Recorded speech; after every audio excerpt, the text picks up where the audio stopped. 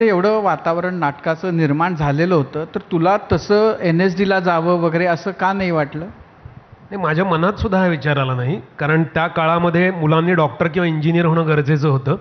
आणि आमच्या घरी माझे वडील इंजिनियर होते, माझा मोठा भाऊ इंजिनियर होता. त्यामुळे मी इंजिनियर होणं ही काळाची गरज होती.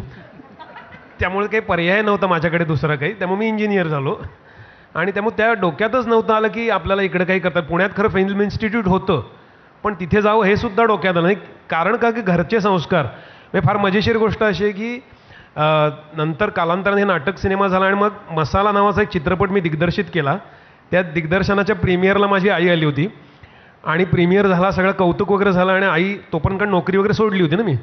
तर सगळं झाल्यानंतर आई घरी आली आणि म्हणाली, छान झाला आता पिक्चर, सगळं तुझ्या मनासारखं झालं ना, मग आता एखादी नोकरी बघ बाबा.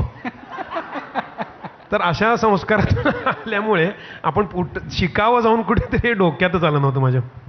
तुम्ही दोघंही सगळ्या गोष्टी करता, म्हणजे दोघंही अभिनय करता, दोघंही लिहिता,